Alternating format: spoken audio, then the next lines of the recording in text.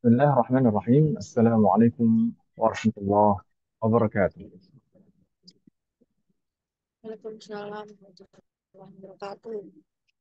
الحمد لله البر الجواد الذي جلت نعمه عن الإحصاء بالأعداد، المان باللطف والإرشاد، الهادي إلى سبيل الرشاد، الموفق للتفقه في الدين، من لطف به واختاره من العباد. أحمده أبلغ حمد وأكمله وأزكاه وأشمله، وأشهد أن لا إله إلا الله الواحد الغفار، وأشهد أن محمدا عبده ورسوله المصطفى المختار، صلى الله وسلم عليه وزاده فضلا وشرفا لديه.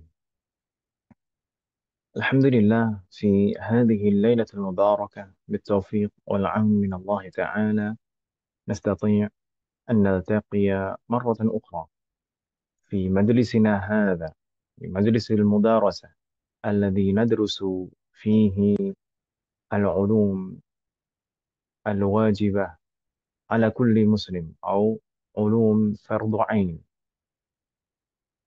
نرجو الله أن يسهلنا وأن يباركنا في مجلسنا وفي تعلمنا هذا، آمين.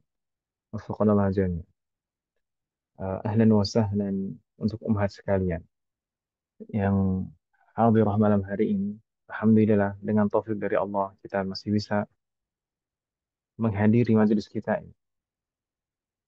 Dan ahlan wa sahlan juga, mungkin ada beberapa umahat yang baru bergabung juga malam hari ini, mungkin baru sekali, sebelum-sebelumnya belum pernah. Maka juga ahlan wa sahlan wa marhaban. Semoga kita selalu diberikan taufik, kemudahan, dan keistiqomahan dalam belajar kita. Demikian juga dalam mengamalkan setiap ilmu yang kita pelajari. Umahat sekalian, wafaqanallah jami'an. Insya Allah malam hari ini kita akan melanjutkan pembahasan kita, yang mana di pekan yang lalu kita membahas tentang furu'ul mani' dan zawalul mani' dalam kaitannya dengan waktu sholat dan kewajiban sholat, mana saja yang harus diqadha. Dan di pekan yang lalu kita juga sudah sempat masuk ke pembahasan yang baru, yaitu tentang kewajiban setiap wali, setiap orang tua, setiap pemimpin, dan juga kepala keluarga. Mungkin kemarin baru eh, dua baris saja yang kita, atau tiga baris yang kita baca. Namun insya Allah malam hari ini semoga Allah berikan taufik dan kemudahan kita bisa menyelesaikan pembahasan ini. Kita baca lagi insya Allah supaya nyambung dengan pembahasan yang lalu. Bismillah, saya baca mas sekalian. قال المؤلف رحمه الله تعالى ونفعنا به وبعلومه في الدارين آمين. فصل فيما يجب على ولاة الأمور. يجب وجوبا عفوا يجب وجوبا كفائيا على ولي الصبي والصبية المميزين أن يأمرهما بالصلاة ويعلمهما أحكامهما بعد 7 سنين قمرية، ويضربهما على تركها بعد 10 سنين كصوم أطاقه. ويجب عليه أيضا تعليمهما من العقائد والأحكام ما يمكنهما فهمه، وتعليمهما ما يجب بعد البلوغ عليهما وما يحرم كذلك، وكذا مشروعيات نحو السواك.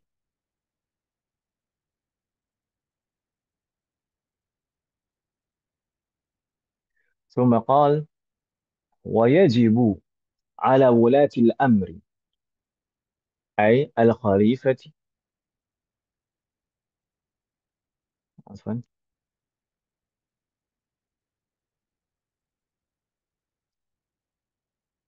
ويجب على ولاة الأمر أي الخليفة ومن ينوب عنه قتل تارك الصلاة ولو فرضا واحدا كسلا بعد إنذاره بشروطه وإن لم يتب أي إن لم يصلي وحكمه أنه مسلم.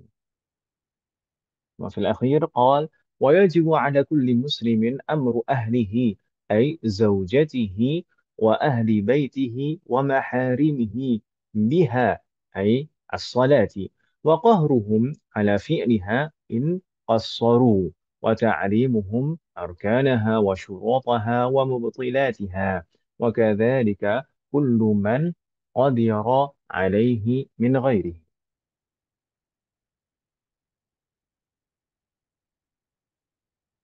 وفقنا الله جميعا. Assalamualaikum. Baik, ini yang kita baca kemarin. Namun kemarin penjelasannya dan terjemahnya baru kurang lebih 3 baris. Maka akan kita lanjutkan insya Allah. Bismillah. Beliau Al-Muallif rahimahullah ta'ala yang semoga Allah merahmati selalu merahmati beliau dan memberikan keberkahan kepada kita pada ilmu beliau. Baik. Beliau mengatakan pasal fima yajibu ala ulatil umur. Pasal yang berkaitan dengan kewajiban para waliul amr, waliul amr. Oh, nanti akan kita bahas di bawahnya. Yang dimaksud wali siapa? Beliau mengatakan yajibu wujuban kifaiyan. Umat sekalian, saya ingatkan lagi beberapa kata yang berada di dalam kurung kotak ini bukan betul-betul asli dari matannya. Tapi ini adalah keterangan-keterangan tambahan. Yang berada di dalam kurung ini adalah keterangan-keterangan tambahan. Jadi, yang betul-betul matan dari mu'allif itu sebenarnya adalah yang di luar kurung. Gitu ya, Bu ya. Wafaqanallah jami'an. Yajibu wujuban kifaiyan ala waliyi sabi wa sabiyati al-mumayyizain. Diwajibkan secara wajib kifai atau bahasa kita fardu kifayah. Wajib secara kifayah. Kewajiban ini kepada siapa? Yaitu ala waliyyis sabiyyi was sabiyyati al-mumayyizain. Diwajibkan kepada setiap wali anak kecil. Baik anak kecil itu sabi, laki-laki, anak kecil laki-laki, was sabiyyah maupun perempuan, anak kecil perempuan. Yang mana jika anak kecil tersebut sudah mencapai masa al-mumayyiz, mumayyizain. Kemarin kita sebutkan kewajiban ini kepada wali. Yang dimaksud dengan wali di sini siapa saja masih kalian masih ingat? Kedua orang tuanya, kakek dan neneknya, baik dari jalur ayah dan ibu, majikan dari budak, orang yang Nah, menemukan anak eh atas biasa, temuan. Nah, tidak temuannya, kemudian orang yang dititip, ya orang yang dititipin budak dan guru yang mengajar anak. Masya Allah, setahlah alaik. Wa bala alim wala amal. Lengkap, Om. Masya Allah. Jadi, naam sahih. Yang dimaksud wali di sini adalah yang paling utama, yang pertama adalah kedua orang tua dan juga kakek neneknya, baik dari jalur ayah maupun dari jalur ibu. Itu yang dimaksud wali yang utama. Namun dihukumi juga sama seperti wali, yaitu seperti guru, kemudian majikan, kemudian apa tadi Om? Yang menemukan Bukan anak anak temuan, temuan. menemukan anak temuan. Al-multaqit, istilah dalam fikihnya al-multaqit. Kalau anak temuannya disebut laqiyat. Oh, orang yang menemukan disebutnya al-multaqit. Dan juga orang yang dititipi budak. Atau juga orang yang meminjam budak sebenarnya. Orang yang meminjam budak. Maka kewajiban mereka apa? An ya'murahuma. Memerintahkan kepada mereka. Bis salati. Memerintahkan apa? Memerintahkan salat. Sebelumnya di sini tadi wali tadi maksudnya yang kita sebutkan tadi dan Yang wajib untuk diperintahkan ini tadi siapa? Anak kecil. Anak kecil, baik laki-laki maupun perempuan, demikian juga budak tadi. Kalau sudah mencapai masa mumayyiz. Kemarin juga kita jelaskan. Mumayyiz itu maksudnya adalah berakal, ya kan Ibu ya? Berakal. Mumayyiz itu maksudnya adalah berakal. Lalu patokannya yang paling mudah, itu apa umat sekalian, mumayyiz itu? Apa Bisa umat makan sekalian? sendiri, bisa cebok sendiri dari depan dan belakang. Jayyid, fatahlah, hai. Bisa makan sendiri, bisa bersuci sendiri atau cebok sendiri baik depan maupun belakang. Qubulan atau duburan, baik kubul maupun dubur. Fakunallah jamin. Itu adalah patokan yang paling mudah dalam masalah tamyiz atau memayyiz. Karena di sana memang ada beberapa penjelasan yang lain. Namun ini yang kita sebutkan barusan adalah patokan yang paling mudah. Fakunallah jamin. An ya'murahuma bis salati. Ini kewajiban yang pertama. Kewajiban para wali tadi kepada anak kecil yang berada di bawahnya atau sebagai tanggungan atau tanggung jawabnya, yaitu kewajiban yang pertama an ya'murahuma bisalah, memerintahkannya. Huma di sini kembali ke aswabi waswabiyah, anak kecil yang laki-laki maupun perempuan tadi. Kewajiban kita adalah memerintahkan keduanya untuk mengerjakan sholat. Itu kewajiban yang pertama. Insya Allah jelas Ibu ya sampai di sini. Kalau terjemahannya sampai di sini dan penjelasannya tadi. Bingung tidak umat sekalian? Ya Allah enggak Ustadz. Bisa. Jayyid. Kemudian tidak hanya kewajiban itu tidak hanya terbatas untuk menyuruhnya sholat saja. Namun ada kewajiban berikutnya di sana disebutkan oleh al-muallif wa yu'allimahuma ahkamaha dan juga mengajarkan kepada mereka hukum-hukumnya. Maksud hukum-hukum sholat di sini, maksud dari hukum-hukum sholat di sini adalah ketentuan-ketentuannya, baik syarat-syaratnya, rukun-rukunnya, dan pembatal-pembatalnya. Terutama itu, syaratnya, rukunnya, dan pembatal-pembatalnya. Karena tiga hal itu adalah yang berpengaruh pada sah tidaknya sholat. Jadi kewajiban kita sebagai wali itu tidak hanya menyuruh anak-anak yang merupakan tanggungan kita itu, tanggung jawab kita itu, tidak hanya kewajiban kita tidak hanya menyuruh sholatnya saja. Yang bukan yang penting sholat, tidak. Tapi juga harus memahamkan kepada mereka ketentuan-ketentuannya supaya sholatnya benar-benar sah. Karena kalau misalkan yang penting sholat gitu saja. Ya mungkin kelihatannya secara zahir mungkin eh, berdiri 4 kali, ya, 4 rakaat misalkan. 4 rakaat berdiri 4 kali, rukuk 4 kali, kemudian terakhir tasyahud akhir. Iya, penampakannya seperti itu. Namun, apakah ia benar sudah betul-betul memenuhi semua syaratnya, rukun-rukunnya, dan terhindar dari pembatal-pembatalnya. Sehingga sholat yang dikerjakan itu sah. Maka ini penting bagi kita semuanya untuk memperhatikan.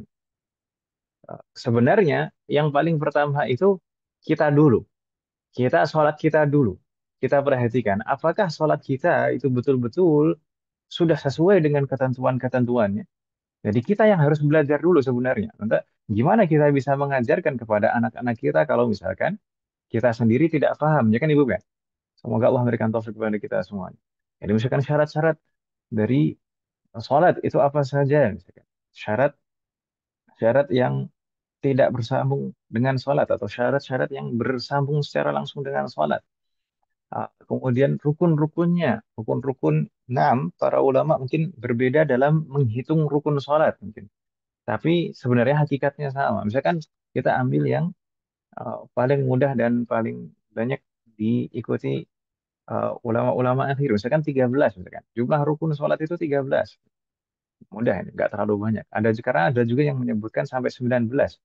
Mau 13 aja nggak hafal, gitu, apalagi 19. 13 rukun sholat itu apa saja? Baik rukun yang berupa ucapan, baik rukun yang berupa gerakan, rukun yang berupa apa namanya? Rukun hati dan rukun ma'nawi. Itu masing-masing apa saja.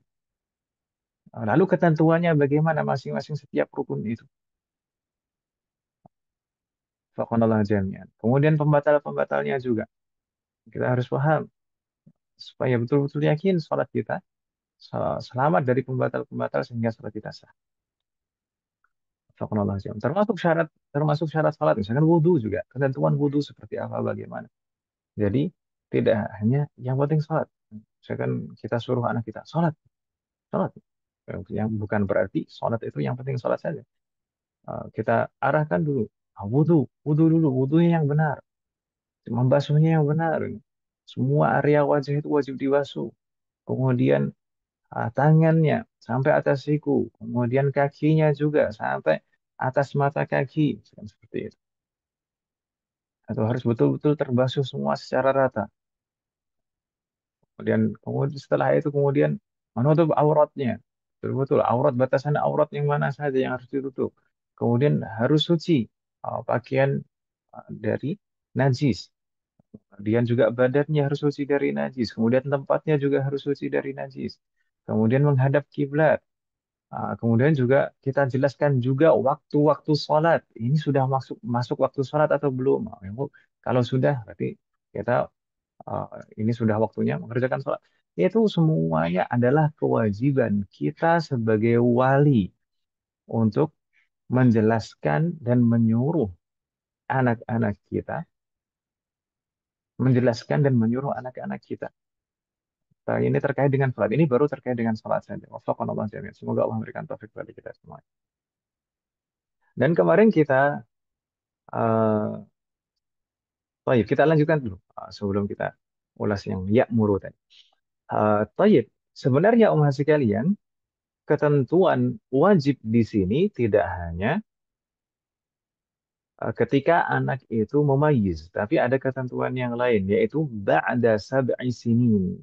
Jadi berlaku kewajiban bagi setiap wali untuk menyuruh dan mengajari anaknya sholat, itu jika terpenuhi dua ketentuan, yaitu anaknya ini sudah genap berusia 7 tahun Hijriyah, betul-betul genap. Jadi genap 7 tahun masuk pada tahun ke-8. Itu Ibu ya. Genap 7 tahun dan masuk pada tahun ke-8. Dan ketentuan yang kedua adalah anak ini sudah mumayyiz. Jadi dua ketentuan sehingga hukum menyuruh dan mengajari ini tadi menjadi wajib bagi setiap wali. Atau ketika seorang anak ini genap berusia 7 tahun Hijriyah dan mencapai mumayyiz secara akal. Kalau kedua ketentuan itu terpenuhi, maka wajib bagi setiap wali. Dan wajib ini tadi wajib kifai, fardu kifayah, fardu kifayah.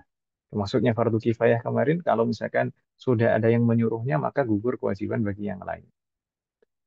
Dan gugur juga sebenarnya kalau anaknya sudah mengerjakan. Karena tujuannya kan agar anak itu mengerjakan, mengetahui dan mengerjakan. Kalau sudah mengetahui dan mengerjakan, maka gugur juga kewajiban bagi semuanya. Waffaqanallahu jami'an. Dan kemarin juga kita sebutkan min babil faedah sebagai tambahan faedah. eh, Kalau misalkan seorang anak belum genap usia 7 tahun, tapi sudah mumayyiz. Sebagian anak sudah mumayyiz sebelum usia 7 tahun. Maka bagaimana hukumnya kita menyuruhnya sholat? Hukumnya sunnah, bukan wajib. Wajib itu hanya jika terpenuhi dua ketentuan. Genap usia 7 tahun Hijriyah dan mumayyiz. Tapi kalau misalkan sebelum usia 7 tahun, seorang anak ini sudah mumayyiz, maka sunnah hukumnya. Kenapa kok sunnah hukumnya? Karena mumayyiz. Seorang anak kalau sudah mumayyiz itu berarti ibadahnya sudah sah. Dan di antara syarat sah ibadah itu berakal, mumayyiz. Kalau sudah mumayyiz, meskipun benar, belum genap usia 7 tahun, kalau sudah mumayyiz maka sudah sah ibadahnya. Seperti sholatnya. puasanya itu sudah sah. Maka dianjurkan bagi kita. Dan orang tua tentu juga akan mendapatkan pahalanya. Kalau anak itu belum memayyiz dan belum balik. Kalau seorang anak ini sudah memayyiz, sedangkan dia belum balik, maka orang tua akan mendapatkan bagian pahala. Wafaqanallah jami'an. Tapi kalau misalnya seorang anak sudah mencapai genap usia 7 tahun, tapi belum memayyiz, maka tidak ada hukum wajib atau sunnah di sana. Hukumnya boleh saja. Boleh kalau misalkan sekedar untuk pembelajaran dan pembiasaan. Boleh. Kalau misalkan anak ini sudah genap usia 7 tahun namun belum memayyiz. Insya Allah bisa difahami Ibu ya? Bingung tidak? Jadi ada 3 kondisi tadi wahai sekalian kalau diurutkan. Belum genap usia 7 tahun tapi sudah memayyiz. Maka sunnah hukumnya bagi wali untuk menyuruhnya. Mengerjakan kewajiban-kewajiban dan mengajarinya. Ketika seorang anak genap usia 7 tahun dan mumayyiz, maka wajib bagi wali untuk menyuruhnya dan mengajarinya sholat. Demikian juga puasa. Kalau misalkan kondisi ketiga, kalau misalkan anak sudah genap usia 7 tahun tapi belum mumayyiz, maka tidak ada kewajiban. Hukumnya boleh kita mengajaknya, bukan menyuruh, tapi mengajaknya untuk sholat. Begitu Ibu ya? Wadih Mahat, bingung tidak? Hal min soal, ada Diulang, pertanyaan? belum 7 tahun tapi sudah memayis, maka walinya gimana Ustaz? Maka sunnah, saya ulangi sekali lagi, kalau seorang anak belum genap usia 7 tahun tapi sudah mumayyiz, maka sunnah hukumnya bagi wali untuk mengajak anak tersebut atau menyuruh anak tersebut mengerjakan sholat dan mengajarinya ketentuan-ketentuan sholat yang dia paham. Itu kalau sudah mumayyiz tapi belum genap usia 7 tahun. Siap. Terus yang ketiga apa Ustaz? Kok langsung ketiga? Yang kedua berarti sudah apa? Ketiga. Yang kedua tadi kalau misalkan genap usia 7 tahun, sedangkan dia juga memayyiz juga pada usia 7 tahun itu dia memayyiz, maka wajib bagi setiap wali untuk menyuruh anak tersebut mengerjakan sholat dan mengajarinya ketentuan-ketentuan sholat. Itu yang kedua. Sedangkan yang ketiga, jika seorang anak sudah genap usia 7 tahun tapi belum memayyiz, Tidak wajib sholat. bukan tidak wajib sholat. Maksudnya boleh hukumnya bagi wali ini untuk mengajaknya sholat sebagai pembelajaran dan pembiasaan. Gitu. Boleh. Bukan wajib tapi boleh. Bukan Wajib sunnah juga sebenarnya. ngajak gitu ya Ustaz. Hmm.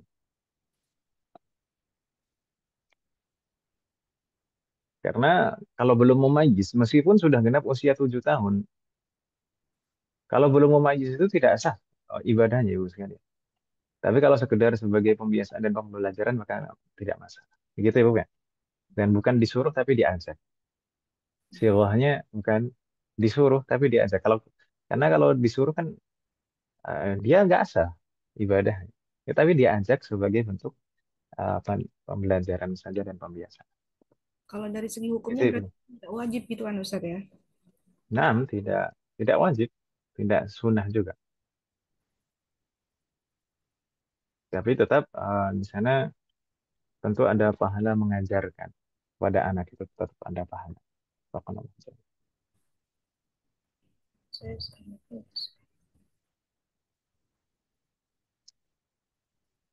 Dan kemarin juga kita sebutkan min babil faidah sebagai tambahan faidah. Ini tadi kewajiban menyuruh di sini juga hendaknya kalau seorang anak itu karakternya butuh untuk dipaksa dan diancam, maka hendaknya juga disertai dengan paksaan dan ancaman. Gitu kan Ibu ya, kemarin kita sebutkan demikian. Ini disebutkan di kitab-kitab fikih demikian. Kalau misalkan anak itu uh, butuh untuk diancam dalam perintah ini, maka perintah itu juga harus disertai dengan ancaman. Tapi kalau misalkan tidak harus diancam, sudah nurut, maka ya nggak harus diancam. Nggak perlu diancam. Atau kalau misalkan menggunakan hadiah, itu maka lebih baik. Baik. Insya Allah bisa dipahami ya sampai di sini. Berikutnya umat sekalian. Naqra ma ba'dah. Qala al-muallif wa yadribahuma. Ini kewajiban yang ketiga umat sekalian. Wa yadribahuma ala tarkiha ba'da 10 sinina kasaumin ataqahu. Dan wajib juga bagi setiap wali yaitu yadribahuma memukul keduanya. Maksudnya keduanya adalah mereka baik anak laki-laki maupun anak perempuan. Wa yadribahuma wajib bagi setiap wali untuk memukul keduanya ala tarkiha jika mereka meninggalkan sholat ba'da 10 sinin sedangkan mereka sudah masuk usia 10 tahun. Baik. Kemarin kita jelaskan bahwasanya usia 10 tahun ini patokannya berbeda dengan usia 7 tahun tadi. Kalau usia 7 tahun tadi maksudnya adalah ketika sudah genap usia 7 tahun dan masuk pada tahun ke-8.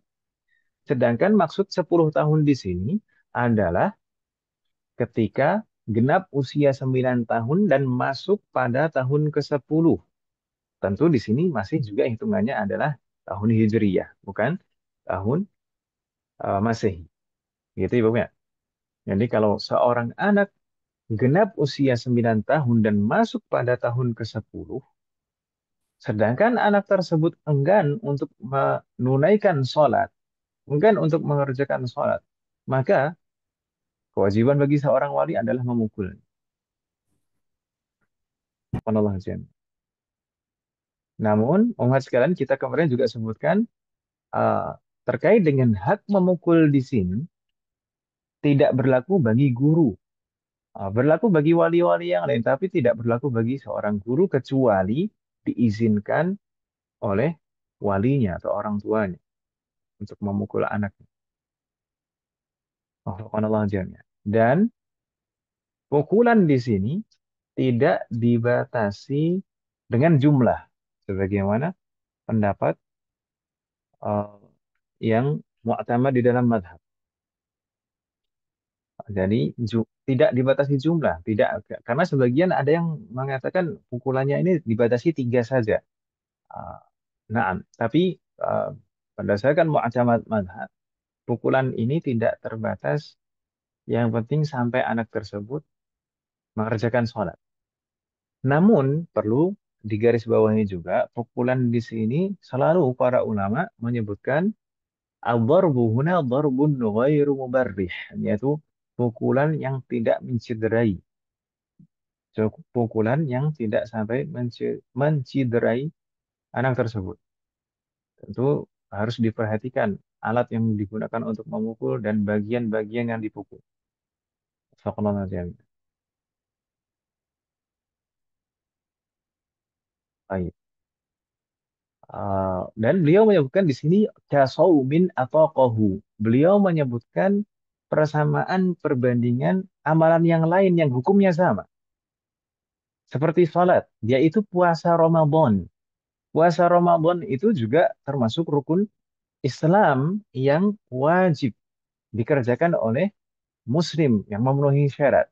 Maka kalau seorang anak ini genap usia 7 tahun dan dia mumayyiz dan dia mampu untuk berpuasa, maka wajib juga bagi setiap wali untuk menyuruhnya dan menjelaskan ketentuan-ketentuannya.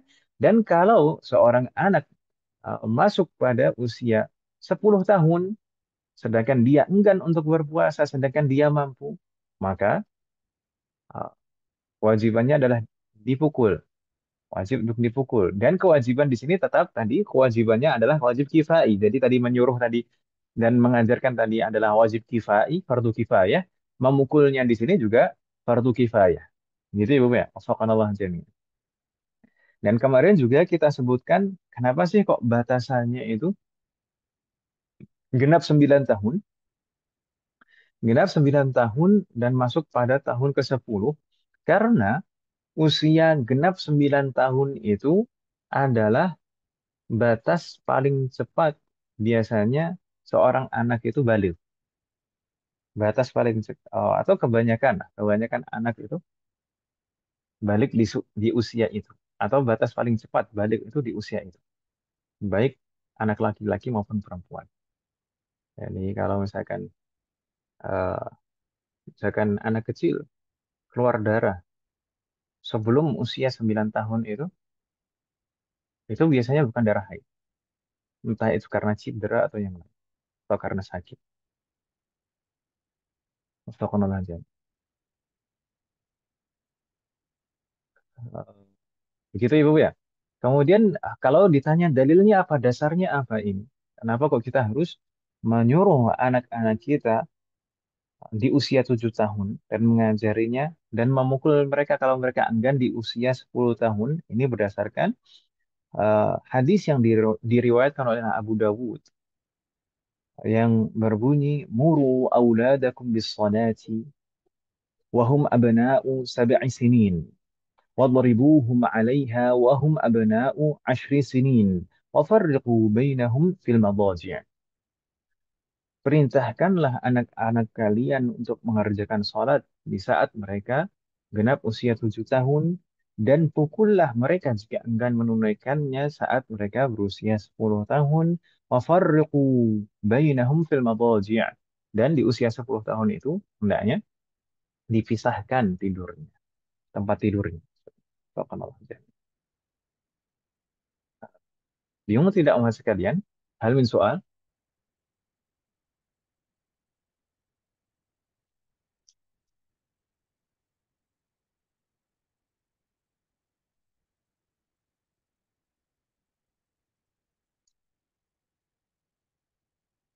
Halo? Ya, Ustadz. Ya Allah, Bingung enggak tidak? Ustaz. Enggak, Allah ya, Bu Anita ngantuk. enggak. Lagi Hai. nyatet Ustaz. Lagi Sambil nyatet. Oh, iya. Kirain kok tadi saya tanya kok nggak ada suara semuanya. sambil nyatet Ustaz. Astagfirullahaladzim. Aku Lagi dengerin Ustaz. lagi menyelami, Astagfirullah. Ustadz. Baik. Jik- Jika ada pertanyaan silahkan Mas sekalian. Kalau tidak ada maka kita lanjutkan. Berikutnya Mas sekalian. Beliau Al-Mu'allif rahimahullah ta'ala melanjutkan kewajiban berikutnya bagi setiap wali, yaitu wajibu alaihi aydan, dan wajib juga baginya, yaitu bagi setiap wali, ta'limuhuma من العقائد والأحكام ما يمكنهما فهمه وتعليمهما ما يجب بعد البلوغ عليهما وما يحرم كذلك وكذا مشروعية نحو السواك. Maksudnya apa? Ini ada banyak keterangan tambahan di dalam kurung. Intinya Ustaz, sebenarnya, naam, ini bagaimana? nomor 4 ya Ustaz. Naam. Jadi kan kewajiban yang pertama adalah menyuruh sholat. Kemudian yang kedua mengajari ketentuan-ketentuan salat, mengajarkan kepada mereka ketentuan-ketentuan salat.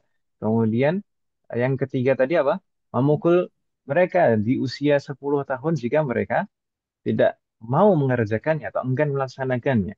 Ini berarti yang keempat. Apa kewajiban keempat ini? Kewajiban yang keempat ini adalah ta'lim. Ta'lim itu apa maksud kalian? Mengajarkan. Mengajarkan. Mengajarkan kepada mereka semuanya, mengajarkan kepada anak-anak kita semuanya. Apa yang harus diajarkan kepada mereka? Ma yajibu alaihima. Perkara-perkara yang wajib. Perkara-perkara yang wajib itu wajib kita ajarkan kepada mereka. Perkara-perkara yang wajib misalkan apa? Perkara akidah yang dasar seperti yang kita pelajari kemarin di awal-awal pembahasan kitab ini. Kita membahas akidah dan sudah kita selesaikan walhamdulillah. Dari mulai mengucapkan dua kalimat syahadat, memahami makna dua kalimat syahadat, dan konsekuensi dari dua kalimat syahadat. Ini kan Ibu ya. Kemudian masuk di dalamnya adalah memahami sifat-sifat Allah dan asma'ullah, sifat wajib bagi Allah.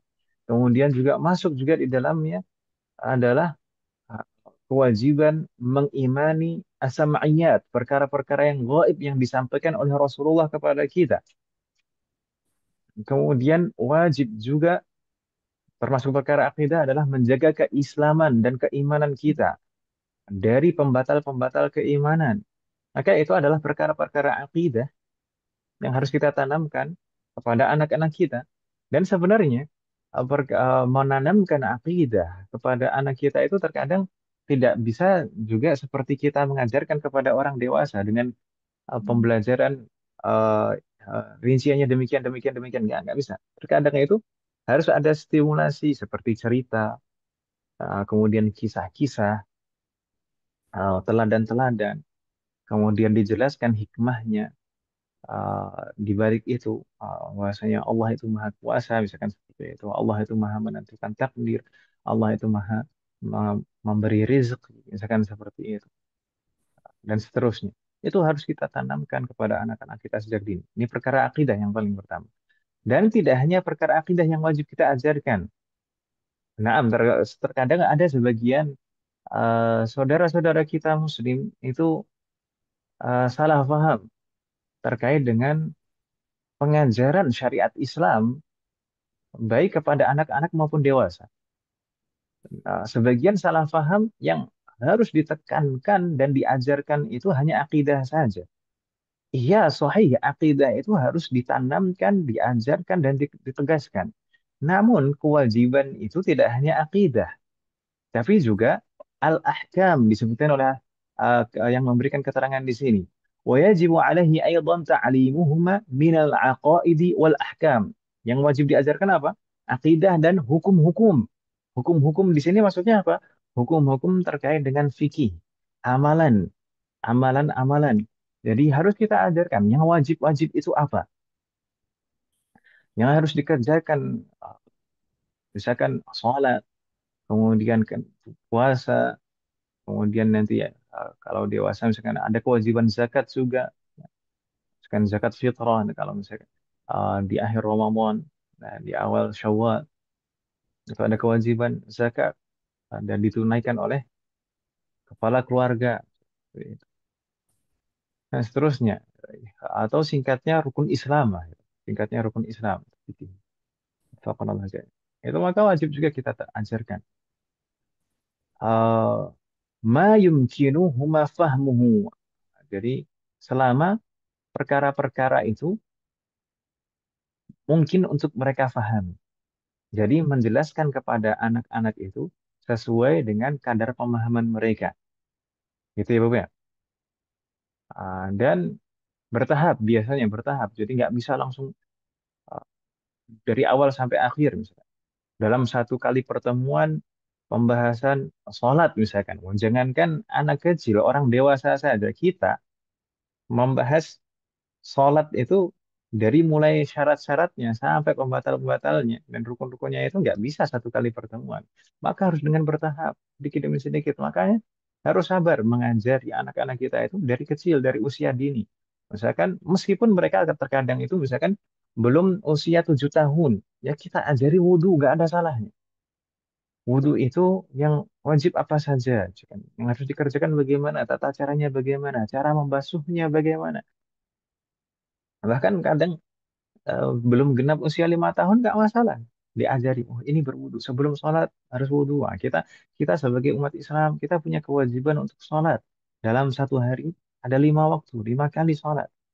Nah, kalau pagi itu sholat apa, kalau siang sholat apa, sore sholat apa, setelah terbenam matahari sholat apa, setelahnya ada sholat apa lagi. Kita ajarkan nama-nama sholatnya, waktunya, kemudian tadi tata cara wudhu, kemudian juga termasuk juga syarat-syaratnya, misalkan tadi harus menutup aurat. Anak kecil insya Allah kalau diajarkan sedikit demi sedikit secara bertahap, mereka bisa menerima dan memahami. Wafaqanallahu jami'an. Semoga Allah memberikan taufik kepada mereka. Dan itu kewajiban bagi kita setiap wali untuk mengajarinya. Berikutnya kita lanjutkan. Wa ta'limuhuma ma yajibu ba'dal bulughi alaihima. Dan wajib juga bagi kita untuk mengajarkan kepada mereka perkara-perkara yang wajib, meskipun perkara-perkara yang wajib itu wajibnya itu baru setelah baligh. Meskipun kewajiban itu baru setelah balik, baru wajib. Ya, itu termasuk tadi yang kita sebutkan tadi. Wama yahrumu kadzalik. Demikian juga wajib juga bagi kita untuk mengajarkan kepada mereka. Maksudnya mengajarkan di sini menjelaskan, memberitahu dan melarang mereka perkara-perkara ma yahrumu. Perkara-perkara yang haram. Wajib itu. Mengajarkan kepada anak-anak kita itu adalah kewajiban kita. Mengajarkan perkara-perkara yang wajib, memberitahu perkara-perkara yang haram. Harus sejak kecil, harus diajari. Nah, jangan mentang-mentang, oh anak kita masih kecil, biarkan aja dulu. Tidak, kalau misalkan dari kecil sudah kita abaikan, sudah tidak terlalu kita perhatikan. Nanti khawatirnya kalau sudah terlanjur dewasa, terlanjur balik misalkan, bahkan terlanjur usia 10 tahun itu terkadang itu kalau tidak pernah ada mukaddimah-mukaddimah sebelumnya itu akan sulit untuk menerima. Baik perkara-perkara yang wajib maupun perkara-perkara yang haram.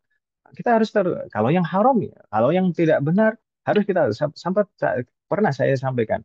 Anak kecil itu dari kecil harus dikasih tahu yang haram itu haram, yang nggak benar itu ya nggak benar. Jangan mentang-mentang masih kecil, oh biarin aja. Oh, kan dia masih kecil. Ya harus dibiasakan sejak kecil. Kalau yang nggak benar itu ya nggak benar. Nah, kalau misalkan nggak dikasih tahu sesuatu, kalau tidak benar sesuatu yang tidak benar itu tidak benar, ya bagaimana dia bisa tahu dan paham dan menjauhinya? Ya, harus dikasih tahu. Siapa yang memberitahu? Ya, walinya kita, orang tua. Wafakanallahu jami'an.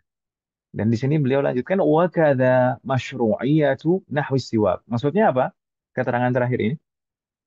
Demikian juga wajib bagi kita para wali untuk mengajarkan kepada anak-anak kita perkara-perkara yang sunnah.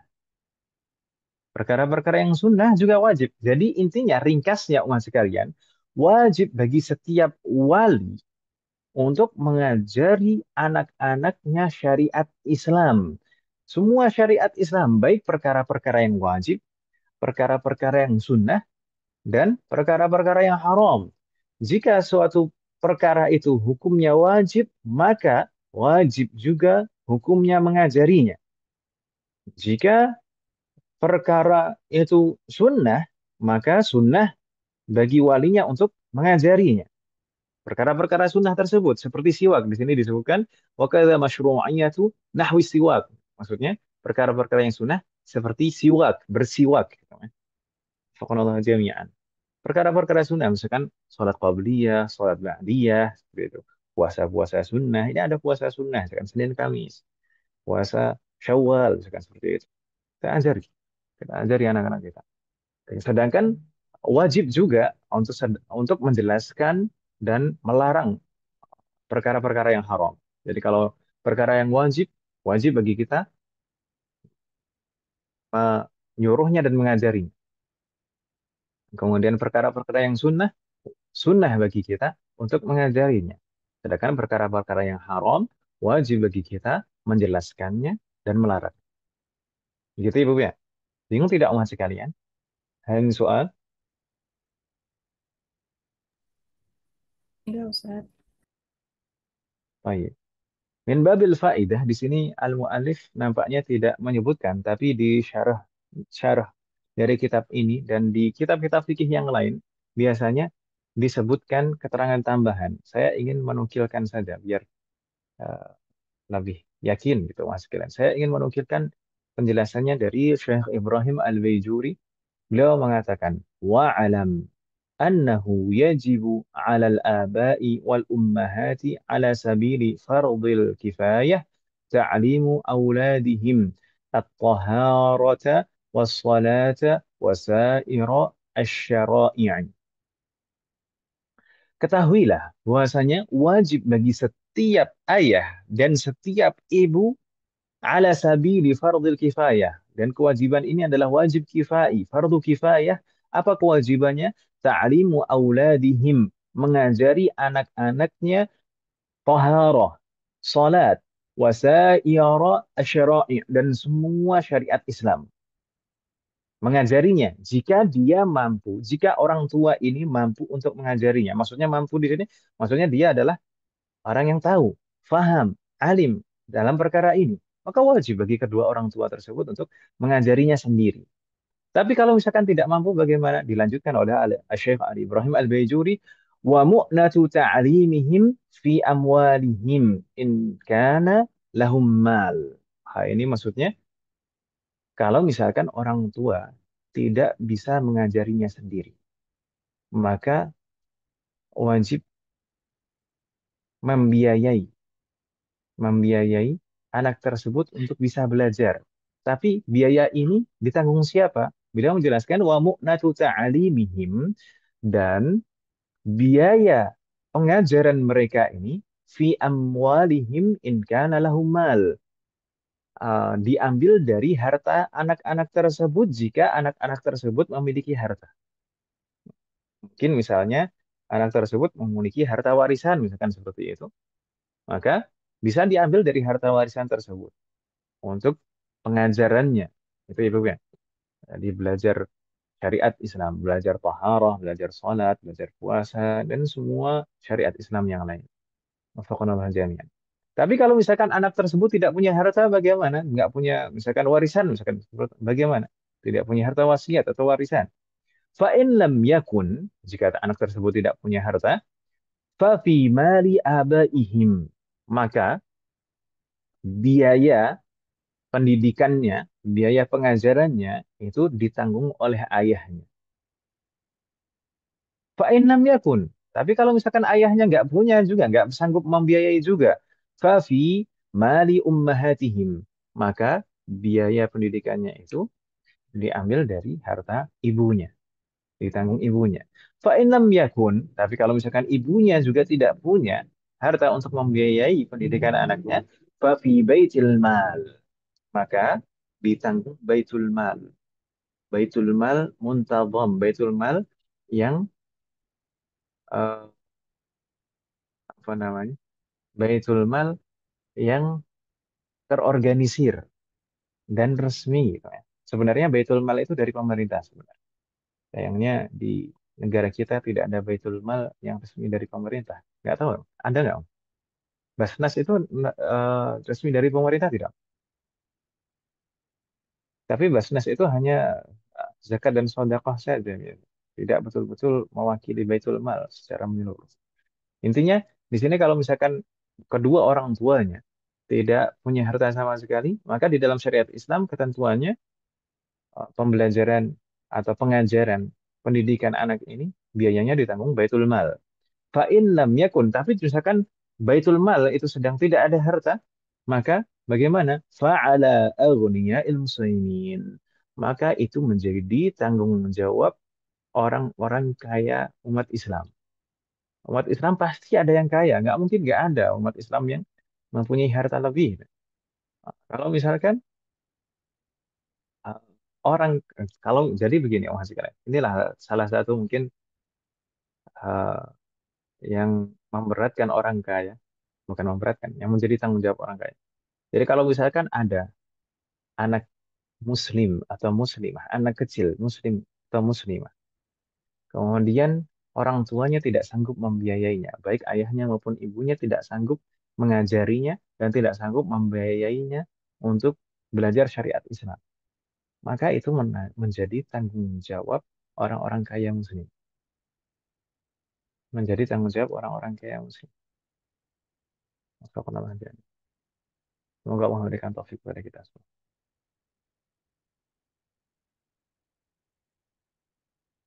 Insya Allah bisa difahami, Bu ya? Insya Allah. Jai. Allahumma shalli. Hal min soal mahat? Ada pertanyaan? Tidak ada? Baik. Kalau tidak ada, kita lanjutkan.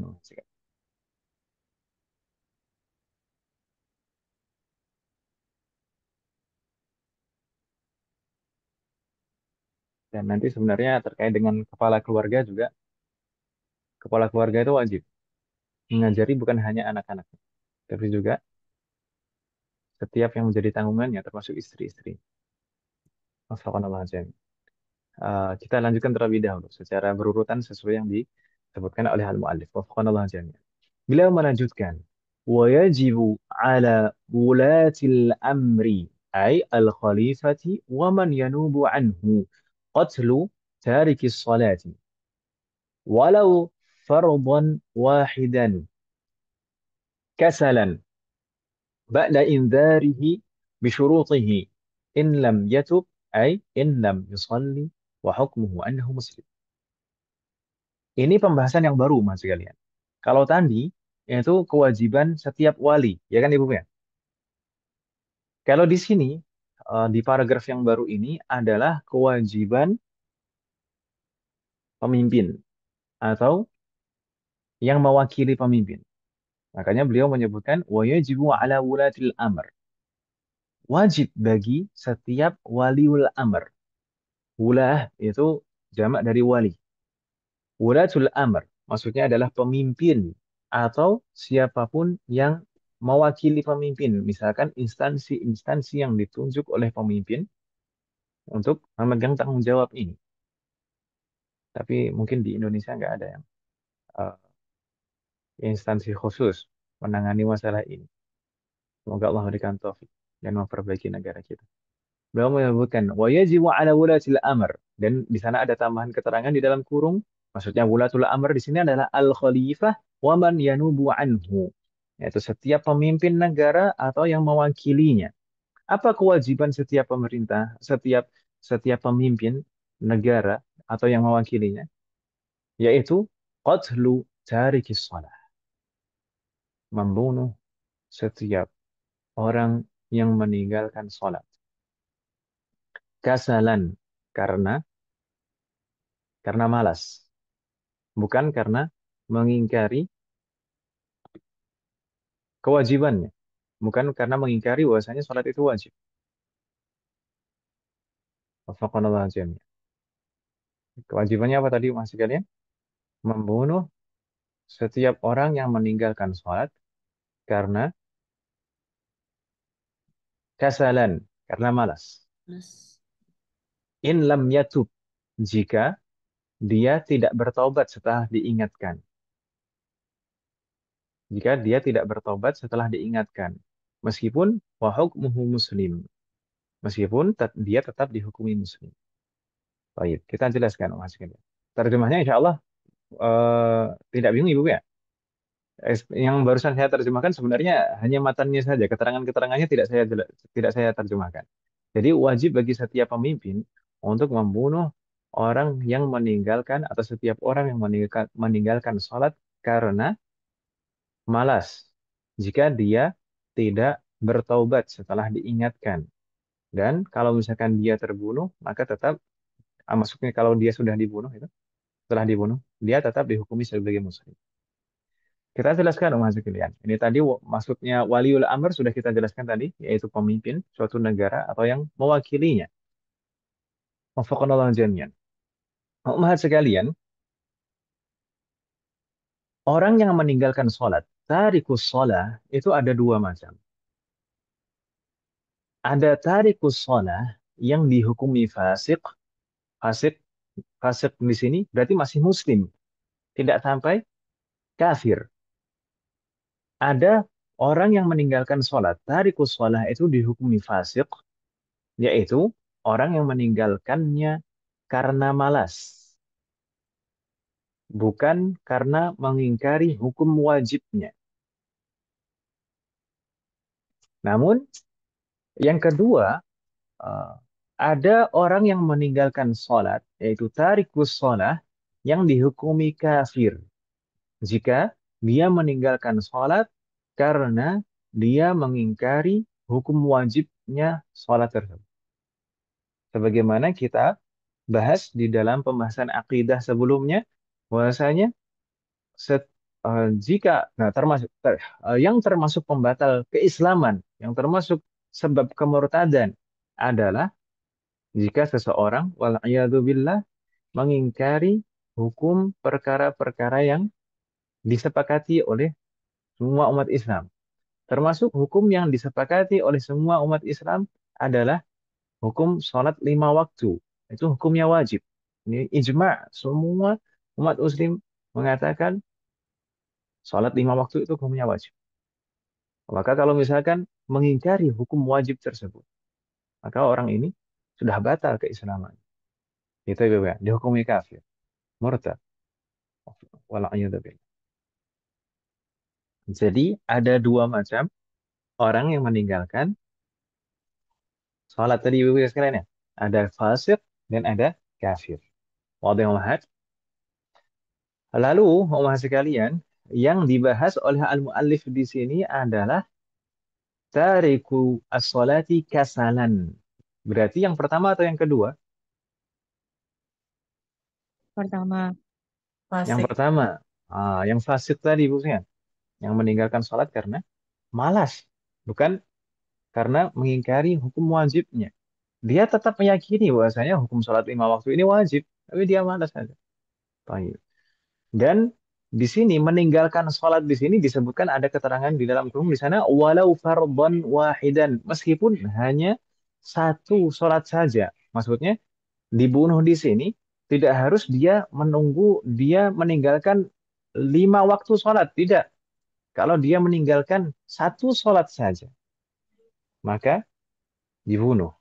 Atau bahkan keterangan-keterangan di syarahnya oleh seperti Syekh Muhammad Nawawi Al-Bantani, beliau menyebutkan walau syaratan al-mujma' alaih au ruknan min arkan min arkaniha al-mujma' alaiha aidan. Meskipun yang ditinggalkan itu adalah syarat yang disepakati oleh semua ulama atau satu rukun saja yang disepakati oleh para ulama. Yang disepakati ya, bukan yang ada khilaf di dalamnya. Kalau yang ada khilaf di dalamnya maka tidak boleh dipermasalahkan.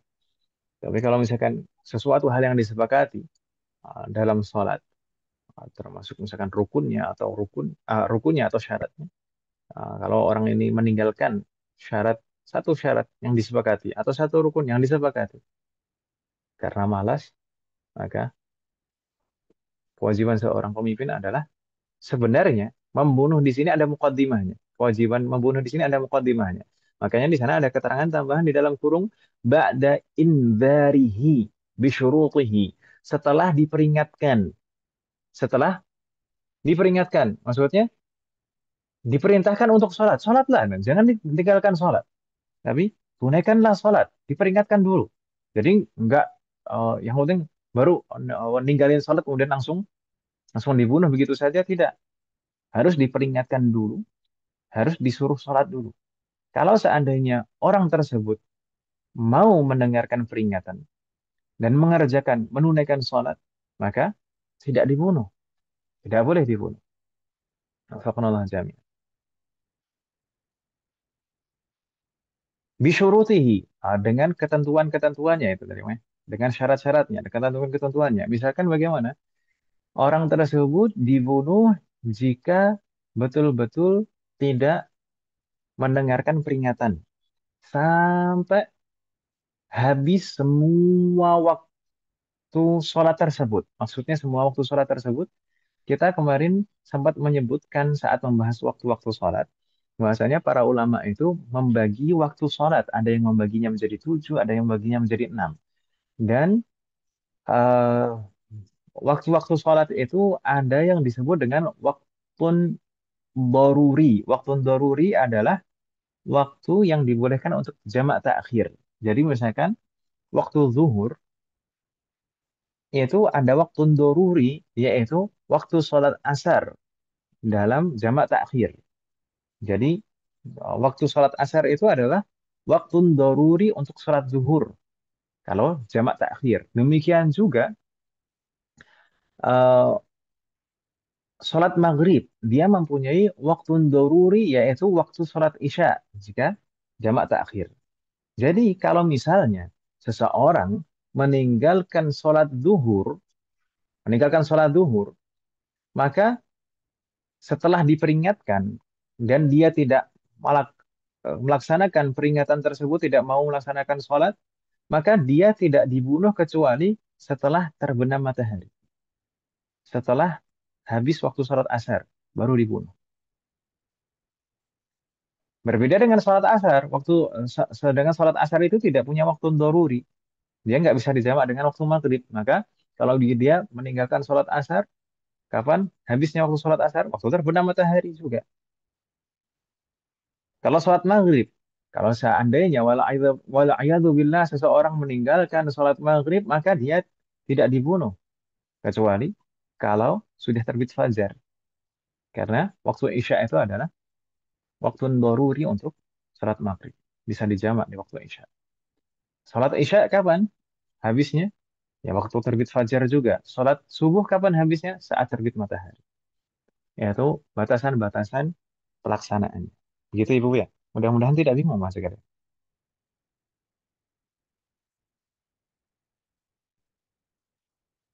Ya, halo. Dibunuhnya itu, ya Ustadz, mau tanya Ustadz, Nah, itu yang bunuh kan harus ulil amri ya Ustadz. Naam, tidak boleh sembarangan. Ah, Termasuk syaratnya, iya. ini tidak boleh sembarangan. Makanya tadi yang kita bahas jadi yajibu ala wulatil amr. Wajiban ini kepada siapa? Kewajiban ini berlaku untuk setiap pemimpin negara atau yang mewakilinya, instansi-instansi atau orang-orang yang mewakilinya, yang diberi tanggung jawab tentang masalah ini. Itu ya. Jadi nggak boleh Nah, setiap orang kan kita kita ketemu orang nggak sholat langsung, aduh ini bahaya. maksud saya sendiri kalau yang di negara-negara Islam kayaknya malah belum pernah dengar ada pemerintahnya bunuh warganya karena nggak sholat gitu loh. Astagfirullahaladzim. Ustaz. Iya, berarti kalau Ah, nggak dikerjain pemerintahnya dosa apa gimana kan wajib ya Ustadz? Gimana ya ya itu? kewajiban, kewajiban kalau misalkan tidak dikerjakan oleh pemerintahnya, ya berarti pemerintah tersebut yang berdosa, pemimpin Ya, tersebut yang berdosa. maksud saya kalau di Indonesia kan memang bukan syariatnya kan syariat Islamnya kan memang belum tegak lah ya 100%. Maksud saya kalau kayak di negara-negara Timur Tengah, negara Arab lain tuh kan mereka kan udah tegak ya syariatnya. Nah, tapi cuma Meskipun belum nggak pernah dengar semuanya juga. belum pernah Ah, dengar berita pemerintahnya membunuh yang malas itu warganya malas sholat gitu. Berarti dosa ya Astagfirullahaladzim. Ustadz ya? Ya, kewajiban itu kalau ditinggalkan maka berdosa. Makanya berat, pemimpin itu berat. Salah sendiri kenapa mau Hmm. jadi pemimpin. Ya. Tanggung jawabnya banyak pemimpin itu. Nggak hanya Hmm. masalah ekonomi, nggak hanya masalah pendidikan, nggak hanya masalah kesehatan, nggak hanya masalah pangan. Gitu. Juga masalah kewajiban-kewajiban syariat seperti sholat, zakat, itu kan. Wafaqanallah jami'an.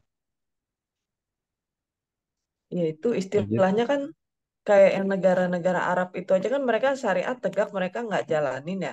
Tapi kita walaupun bukan negara yang bersyariat tapi kan tetap kewajiban ini melekat di setiap muslim kan ya Ustadz. Berarti Sahih. misalkan Wafaqanallah jami'an. pemimpinnya kita Indonesia juga kena juga kayak gitu ya. Sementara Ya kenal lah, pemimpin dia kan pemimpin. kena hukumnya itu Wafaqanallah. gitu loh. Cuma mungkin nggak Nah, tahu kali ya. Ya berat juga sih. ya dia nggak pernah belajar sih, Om. Eh, Sebelumnya tadi kan menyinggung masalah negara-negara Arab Timur Tengah. Sebenarnya negara Timur Tengah itu tidak semuanya betul-betul 100% menjalankan syariat. Apalagi sekarang. Sekarang. Misalkan Saudi kan. Saudi dulu dan sekarang itu sudah berbeda. Jadi ya nggak masalah kita husnudzon tapi jangan terlalu husnudzon ya. Ya, sampai-sampai terkadang itu karena saking husnudzonnya itu terkadang itu sebagian orang memandang orang Saudi itu malaikat semuanya. Eh, jadi tetap saja sekarang itu tidak seperti dulu. Semoga Allah memberikan taufik kepada kita semuanya. Bahkan dulu pernah ada cerita kejadian itu. Salah satu dosen saya di Libya itu marah-marah karena dosen saya cerita ada mahasiswa, ada mahasiswa baru itu protes ke dosennya. Karena kenapa? Karena ada pegawai Saudi. Kan di Libya itu ada selain dosen-dosennya juga beberapa pegawai itu dari Saudi. Ada pegawai Saudi itu nongkrong kemudian ngerokok gitu ya, ngerokok. Ya dukhan. Kemudian ada mahasiswa baru protes ke ke dosen itu. Gimana bisa ini orang Saudi ngerokok? Dosennya balik marah-marah. Emang kamu kira orang Saudi itu semua malaikat itu? Ya enggak juga. Alhamdulillah.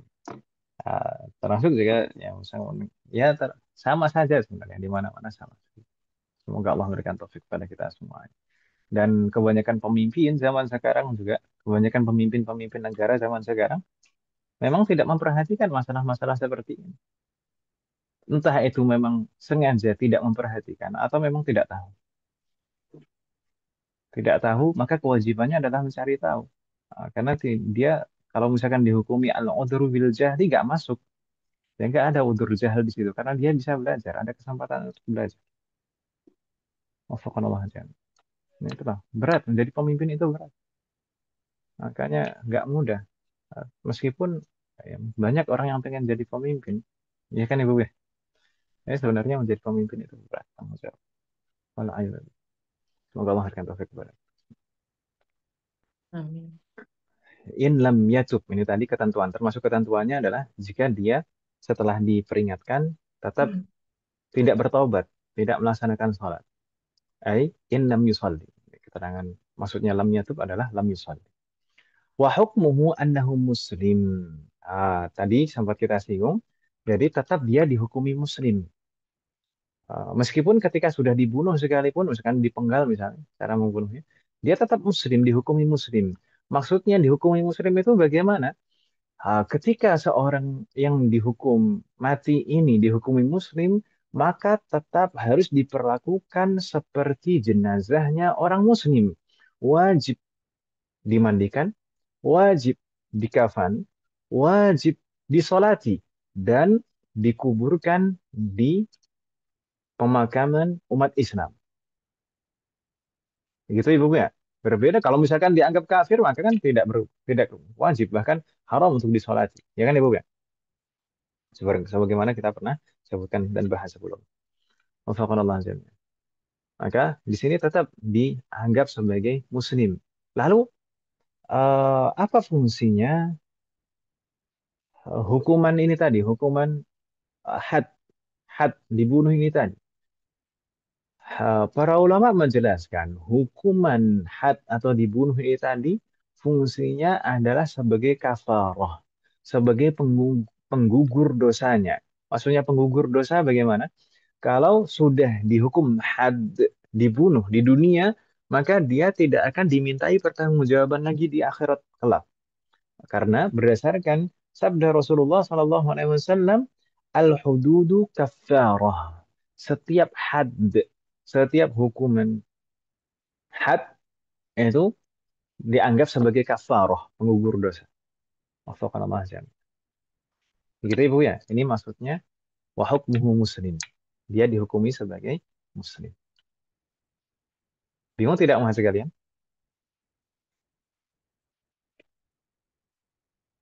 Hal min soal? Lam yujad. Lam yujad. Afwan Ustaz, Masih disanggup kan Ibu? Naam. Ana itu Tafadhol. masih bingung. Ustaz. Ketentuan Gimana? tadi dibunuhnya itu setelah orang tersebut meninggalkan sholat enggan untuk mengerjakan setelah diberikan tempo waktu 2 sholat atau waktu jamak itu atau gimana Ustaz? Ana belum paham Ustaz. Pertama harus diperingatkan dulu. Diperingatkan dulu. Namun setelah diperingatkan dia tetap enggan untuk melaksanakan sholat, gitu kan?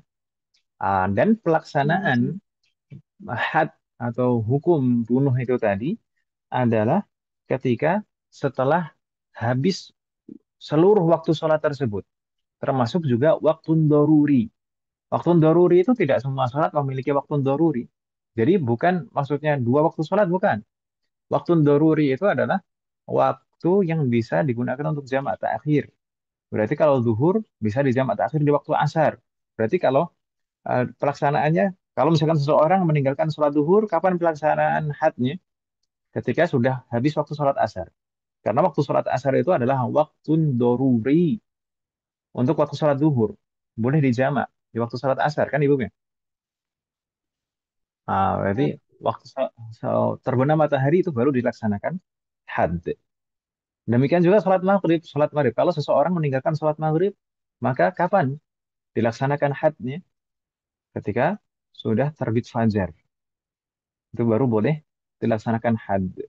Karena waktu sholat isya waktu sholat Isya itu adalah waktu doruri untuk sholat maghrib. Maksudnya, sholat maghrib itu boleh dijamak takhir di waktu Isya. Tapi kalau misalkan sholat yang lain, sisanya apa? Sholat Isya atau sholat asar dulu. Sholat asar, kalau seseorang meninggalkan sholat asar, kapan dilaksanakan hukuman had? Ya, ketika terbenam matahari. Kalau seseorang meninggalkan sholat Isya, kapan dilaksanakan hukuman had? Ketika ketika terbit fajar. Kapan seseorang dihukum hukuman had kalau meninggalkan sholat subuh? Ketika terbit matahari. Gitu ya. Karena tidak semua sholat itu memiliki waktu doruri. Yang memiliki waktu doruri itu sholat zuhur dan sholat maghrib. Begitu ya. Masih Paham, bingung Ustaz. tidak? Insya Allah paham, Ustaz. Jazakallah Wafaqanallah jami'an. Jazakallah khairan. khairan katsiran. Baik. Masih sanggup untuk sedikit dilanjutkan, Mas sekalian? Masih ada 3 baris ini.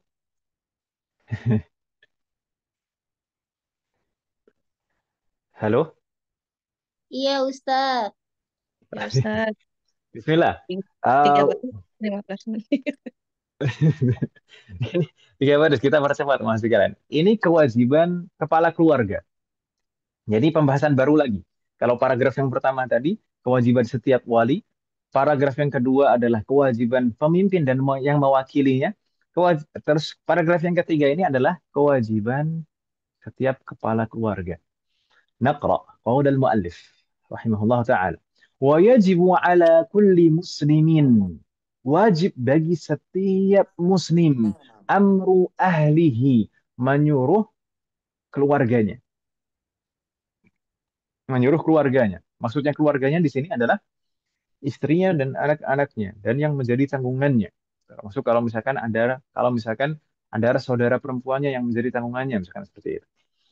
Biha, biha di sini hanya ini kembali ke as-shalah, yaitu wajib bagi setiap muslim untuk menyuruh keluarganya, yaitu istrinya, anaknya, setiap yang menjadi tanggungannya untuk mengerjakan salat, untuk mengerjakan salat. Wa qahruhum ala fi'liha in qassaru. Dan wajib juga tidak hanya menyuruh, tapi memaksa mereka jika mereka enggan untuk melaksanakannya. Wa ta'limuhum arkanaha wa syurutaha wa mubtilatiha. Dan wajib juga untuk mengajari mereka rukun-rukunnya, syarat-syaratnya, dan pembatal-pembatal sholat tersebut. Fakonallah jami'an. Sampai di sini dulu. Baik. Eh, terjemahnya insya Allah jelas Ibu ya? Halo? Iya, Ustaz. Jelas. Ya Allah, Ustaz. Baik. Jadi wajib bagi setiap kepala keluarga muslim. Kewajibannya apa menghasih kalian? Menyuruh Menyuruh. keluarganya. Menyuruh keluarganya. Keluarganya di sini masuk siapa saja? Istrinya, anak-anaknya, Benar. dan Betul. Udah. semua tanggungannya. Kalau misalkan ada mahramnya yang menjadi tanggungannya, misalkan saudara perempuannya menjadi tanggungannya, maka wajib juga baginya untuk menyuruhnya mengerjakan sholat. Jadi kalau misalkan dia mengabaikan, maksudnya udah biarin aja nggak dipikirin, mau sholat, mau nggak sholat, biarin aja. Maka kalau misalkan anggota keluarganya ini ada yang tidak sholat, maka dia ikut berdosa. Kepala keluarga ini ikut berdosa. Begitu Ibu ya? Wallahu a'lam. Waduh. Jayid. Itu walaupun nggak serumah ya, Ustaz. Nggak tinggal serumah. Maksudnya gimana? Istri kedua, istri ketiga gitu? Nggak usah, mungkin ada adiknya yang perempuan kan tanggungannya gitu, Ustaz. Tapi dia Ya, tinggalnya nggak eh, nggak serumah sama kakaknya yang cowok ini gitu. eh, sebenarnya ya kalau dihitung seperti itu, iya. Nah, tapi yang tinggal serumah itu lebih penegasannya kewajibannya lebih wajib lagi yang serumah. Nah, kalau misalkan masih menjadi tanggungannya, maka kita juga hendaknya mengontrol meskipun tidak serumah. Tapi kalau misalkan tinggal serumah maka lebih wajib. Gitu, ya. Wafaqqanallah. Atau mau misalkan kalau misalkan di tempat yang jauh tidak bisa kita kontrol sendiri, bisa diwakilkan kepada yang lain. Boleh diwakilkan. Misalkan eh, di sekolahan, maka diwakilkan ke gurunya, minta tolong ke gurunya, diawasi. Sholat enggak? Seperti itu. Wafaqanallah jami'an. Eh, ini kewajibannya yang pertama menyuruh, memerintah untuk sholat. Wa qahruhum, memaksa. Kalau mereka enggan, maka ada kewajiban yang kedua, yaitu memaksanya sampai betul-betul sholat. Memaksanya. Wafaqanallah jami'an. Ala fi'liha in qasaru. Memaksa untuk mengerjakannya jika mereka enggan. In qasaru. Wafaqanallah jami'an. Wa ta'limuhum arkanaha wa syurutaha wa mubtilatiha. Dan kewajiban berikutnya yang ketiga adalah mengajari mereka. Yani setiap kepala keluarga itu wajib mengajari anggota keluarganya, baik istrinya, anaknya, atau semua tanggungannya, ketentuan-ketentuan sholat ini tadi. Baik rukun-rukunnya, syarat-syaratnya, dan pembatal-pembatalnya. Dan sebenarnya tidak hanya sebatas sholat saja, tapi juga yang lain-lain juga. Seperti yang kita sebutkan di paragraf yang pertama tadi. Wafaqanallah jami'an, mahasiswa kalian. Sebenarnya berkaitan dengan sholat juga adalah masalah toharoh. Baik wudhu, mandi, tayamum, atau bersuci dari misalkan terkaitannya dengan hukum-hukum darah wanita, misalnya seperti itu. Baik nifas, haid, istihadah, maka itu adalah pertama kewajiban suami untuk mengajari istrinya dan anak-anaknya. Kalau masalah darah tadi berarti anak-anak perempuannya. Kewajiban itu siapa yang berkewajiban? Mengajari suaminya. Kalau suaminya alim, kalau suaminya faham, mengerti, maka dia wajib untuk mengajari. Tapi seandainya suami ini tidak bisa mengajarinya, maka wajib untuk mendatangkan atau mengirimkan istri tersebut kepada orang yang bisa mengajarinya. Misalkan mendatangkan guru ke rumah, misalkan seperti itu. Atau mengantarkan istri tersebut ke seorang guru yang bisa mengajarinya terkait dengan perkara-perkara yang fardhu ain untuk dipelajari. Dan bahkan dijelaskan oleh para ulama, haram bagi suami melarang istrinya untuk keluar rumah dengan tujuan belajar ilmu-ilmu yang hukumnya fardhu ain untuk dipelajari. Jika jika suami ini tidak mampu untuk mengajarinya sendiri. Gimana tadi mas sekalian? Saya ulangi lagi. Haram hukumnya bagi suami melarang istrinya keluar rumah dengan tujuan belajar ilmu-ilmu yang hukumnya fardhu ain untuk dipelajari jika suami tersebut tidak bisa mengajarinya sendiri. Maka penting, penting sekali. Saya di beberapa kelas mungkin saya sempat menyebutkan pembekalan pranikah itu penting sekali. Pembekalan pranikah itu penting sekali. Tidak hanya masalah parenting, tidak hanya masalah kesehatan keluarga, tidak hanya masalah manajemen ekonomi keluarga, tidak hanya masalah cinta dan kasih sayang, tapi juga masalah-masalah syariat, hak-hak dan kewajiban suami, hak-hak dan kewajiban istri, kewajiban-kewajiban terkait dengan masalah akidah, kewajiban-kewajiban terkait dengan masalah fikih. Maka pembekalan itu penting sekali. Maka jangan terkadang kan mungkin ya ada bagusnya juga kalau misalkan ayo segera menikah, anak-anak muda segera menikah. Nah, supaya menjaga diri dari fitnah. Iya, itu tidak ada salahnya, tapi juga harus dibarengi dengan pembekalannya. Jangan sampai kita hanya menyemangati mereka untuk menikah, tapi justru setelah menikah itu hak-hak dan kewajiban itu tidak tertunaikan. Banyak yang kekurangan-kekurangan di sana yang justru malah menyebabkan dosa yang harusnya menikah itu menjadi sumber pahala. yang mengalir setiap harinya. Tapi kalau misalkan kewajiban itu tidak dilaksanakan, maka malah menjadi dosa terus-menerus. Wala'iyadzubillah, semoga Allah memberikan taufik kepada kita semua.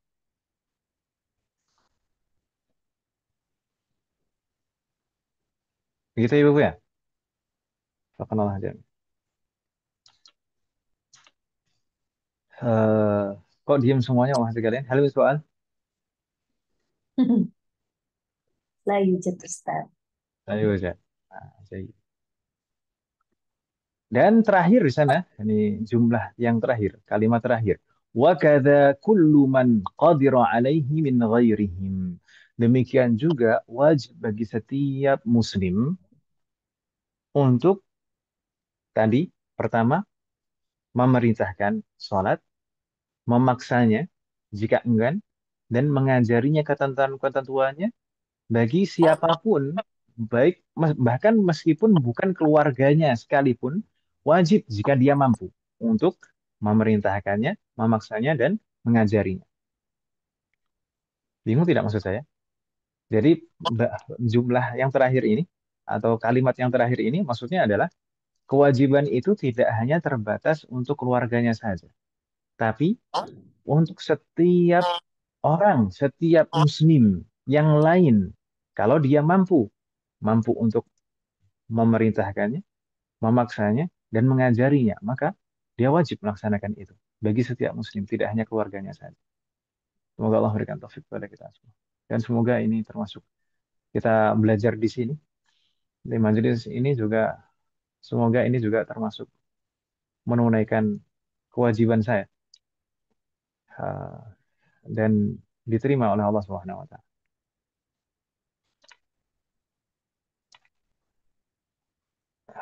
Baik, hal min soal Mahat, ada pertanyaan Ibu sekalian? Hmm. Udah, Ustaz. Nggak ada, Ustaz. Tidak ada? Iya. Yakin, no?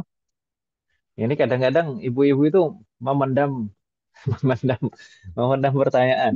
Sekarang sekarang tidak berani bertanya. Nanti ketika ketemu di kelas bahasa Arab nanti, Ustaz, tanya permasalahan yang kemarin hari Senin, Ustaz. Nah, ini silakan mas sekalian. Itu terjadi tidak hanya di satu kelas. Sudah. Alhamdulillah. Baru keingatnya pas di itu, Ustaz, udah di luar kelas. Kadang-kadang suka gitu juga. Ustaz, Alhamdulillah. kan semalam lo apa coba? Kalau lagi gini belum ada, tapi ntar oh iya ya kalau kayak gini gimana ya gitu kadang-kadang pas udah Iya, bubar baru iya kepikiran. Ustaz. Kudu ngide dulu, belum ada ide Ustaz. Kalau ada ide. Alhamdulillah jami'an. Semoga Allah berikan taufik pada kita semua. Kewajiban, kenapa sih kok dikatakan wajib bagi kepala keluarga ini tadi? Ini didasari beberapa ayat sebenarnya, beberapa ayat yang mengisyaratkan pada hal ini, kewajiban ini. Di antara ayat yang menyebutkan ini adalah eh, qu Arijalukum. anfusakum wa ahlikum naro. Ya ayyuhalladzina amanu qu anfusakum wa ahlikum naro. Wahai orang-orang yang beriman, apa? Ya, Lindungilah diri kalian dari Dan keluarga.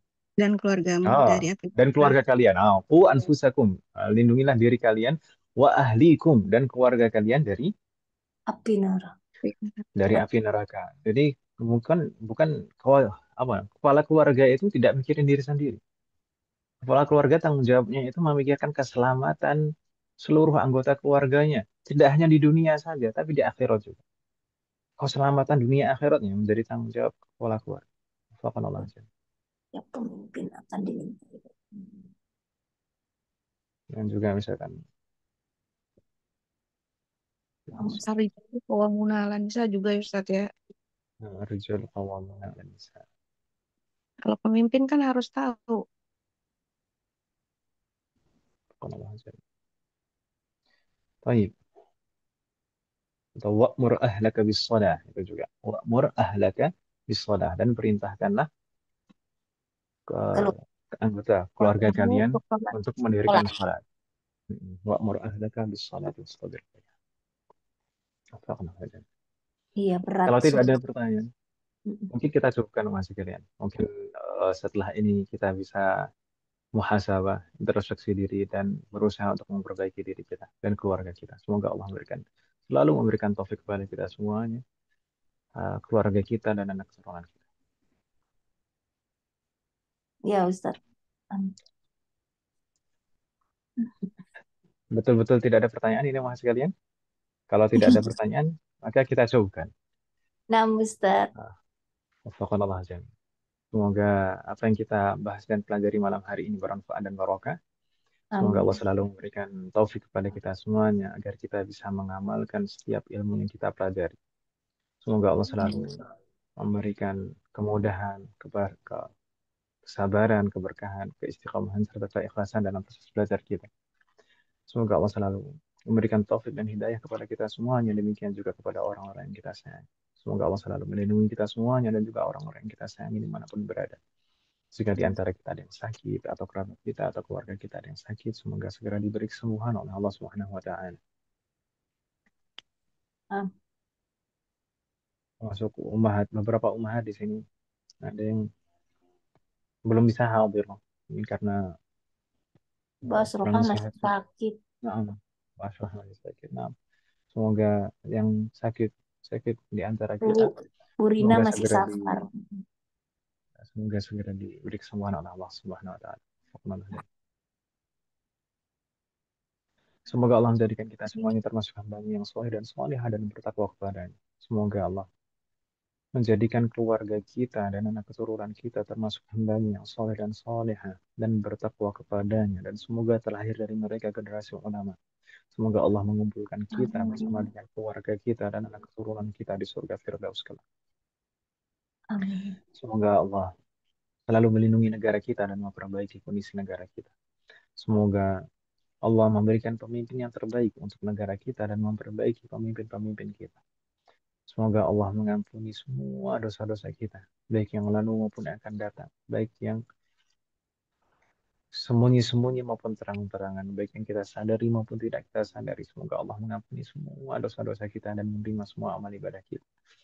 Semoga Allah mengampuni semua dosa orang tua kita dan guru-guru kita dan menerima semua amal ibadah mereka. Semoga Allah selalu memberikan keberkahan dalam setiap urusan kita, termasuk dalam ilmu, waktu, usia, dan keluarga kita. Semoga Allah selalu memberikan taufik kepada kita semuanya agar kita bisa senantiasa ridha, bersabar, dan bersyukur atas semua ketetapan dan ketentuan Allah Subhanahu wa Ta'ala. Semoga Allah memberikan kepada kita semuanya husnul khatimah. Allahumma ansur ikhwanana al-muslimin al-mustada'afin wal-mujahidin fi Filastin. اللهم انصر إخواننا المسلمين المستضعفين والمجاهدين في غزة. اللهم انصرهم وأيدهم وقوهم وجمع كلمتهم ووحد صفوفهم. اللهم انصر مجاهديهم وتقبل شهداءهم وارحم موتاهم واشف جريحهم وأطعم جياعهم واسق عطاشهم وارحم أراملهم ويتاماهم. اللهم كن لهم عونا ونصيرا. اللهم كن معهم ولا تكن عليهم يا رب العالمين. اللهم دمر ومزق وهدم وشتت اليهود الصهيونيين الغاصبين ومن عاونهم من الكفار والمنافقين يا قوي يا متين. وصلى الله على نبينا محمد وعلى آله وصحبه أجمعين. سبحانك اللهم وبحمدك أشهد أن لا إله إلا أنت أستغفرك وأتوب إليك. السلام عليكم ورحمة الله وبركاته. Waalaikumsalam warahmatullahi wabarakatuh. Jazakumullah khair Ustaz. جزاك الله خير. Izin Ustaz.